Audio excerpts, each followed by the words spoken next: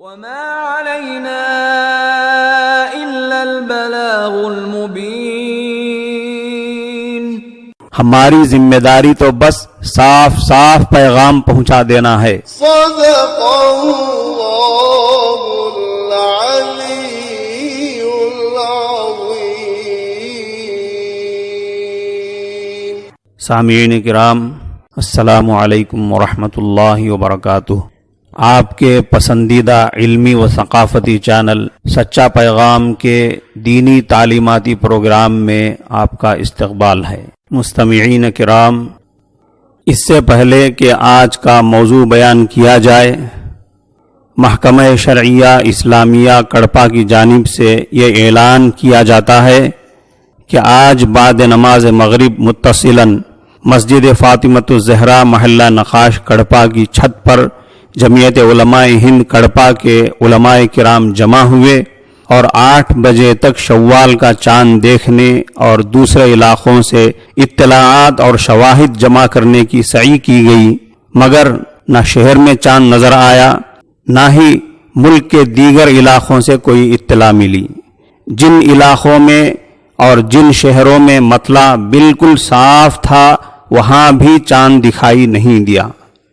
اس پر علماء کرام نے یہ فیصلہ لیا کہ کل بروز اتوار 24 مئی 2020 کو 30 رمضان اور انشاءاللہ بروز پیر 25 مئی 2020 کو شوال کی پہلی تاریخ اور عید الفطر ہوگی.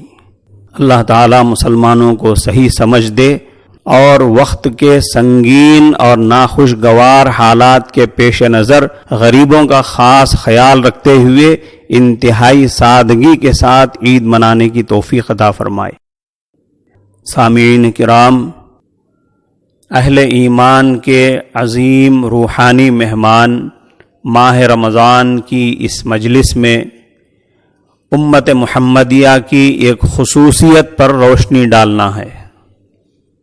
جس حدیث میں یہ خصوصیت آئی ہے اس سے پہلے بھی یہ حدیث بیان کی جا چکی ہے، تاہم موقع کی مناسبت سے اس حدیث کو دوبارہ پیش خدمت کیا جا رہا ہے. حضرت ابو ہریرہ رضی اللہ عنہ سے روایت ہے، وہ کہتے ہیں رسول اللہ صلی اللہ علیہ وسلم نے فرمایا، اعطیت امتی 5 خصال فی رمضان لم تعطہن امت قبلہم. میری امت کو رمضان شریف کے حوالے سے 5 چیزیں مخصوص طور پر دی گئی ہیں جو پہلی امتوں کو نہیں ملی ہیں. پہلی خصوصیت ہے خلوف فم الصائم اطیب عند اللہ من ریح المسک. روزے داروں کے منہ سے نکلنے والی بو اللہ کے نزدیک مشک سے زیادہ پسندیدہ ہے. دوسری خصوصیت ہے وَتَسْتَغْفِرُ لَهُمُ الْحِيتَانِ حَتَّى يُفْطِرُوا. روزے داروں کے حق میں مچھلیاں تک دعا کرتی ہیں اور افطار کے وقت تک دعا کرتی رہتی ہیں. تیسری خصوصیت ہے وَيُزَيِّنُ اللَّهُ عَزَّ وَجَلَّ كُلَّ يَوْمٍ جَنَّتَهُ ثُمَّ يَقُولُ یوشک عبادی الصالحون ان یلقوا عنہم المؤنہ ویصیروا الیک. ہر دن جنت روزے داروں کے لیے آراستہ کی جاتی ہے، سنواری جاتی ہے. پھر اللہ تبارک و تعالی فرماتے ہیں جنت سے خطاب کرتے ہوئے کہ قریب ہے کہ میرے نیک بندے دنیا کی مشقتیں اپنے اوپر سے پھینک کر تیری طرف چلے آویں. چوتھی خصوصیت ہے وَتُصْفَدُ فِيهِ مَرَضَةُ الشَّيَاطِينِ فَلَا يَخْلِصُوا فِيهِ إِلَى مَا كَانُوا يَخْلِصُونَ إِلَيْهِ فِي غَيْرِهِ. رمضان میں سرکش شیاطین قید کر دیے جاتے ہیں تاکہ وہ رمضان میں ان برائیوں کی طرف نہ پہنچ سکیں جن کی طرف غیر رمضان میں پہنچ سکتے ہیں. پانچویں خصوصیت ہے وَيُغْفَرُ لَهُمْ فِي آخِرِ لَيْلِهِ. رمضان کی آخری رات میں روزے داروں کی مغفرت کر دی جاتی ہے.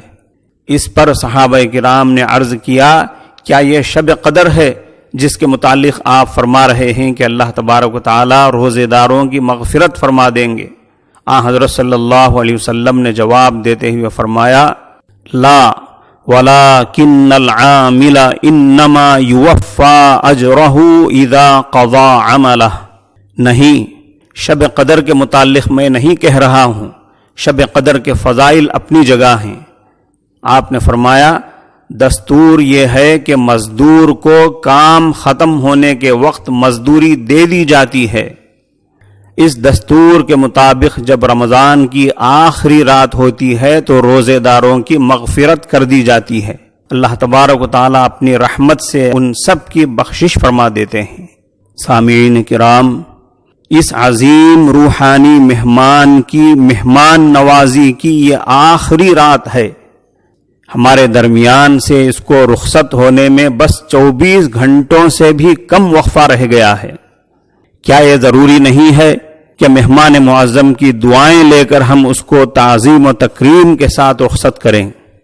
ایک معروف طویل حدیث میں حضرت جبرائیل علیہ السلام نے رمضان کا مہینہ پا کر اس کے تمام احکام و حقوق پورا نہ کرنے اور اپنی بخشش کروانے کا انتظام نہ کرنے والے کو ہلاکت و بربادی کی بد دعا دی ہے، اور اس پر حضرت صلی اللہ علیہ وسلم نے آمین فرمایا۔ ہم نے رمضان کی صحیح معنوں میں قدردانی کی یا نہیں؟ ہم نے رمضان کو اپنی مغفرت کا ذریعہ بنایا یا نہیں؟ ہمیں اس کا جائزہ لینا ہے۔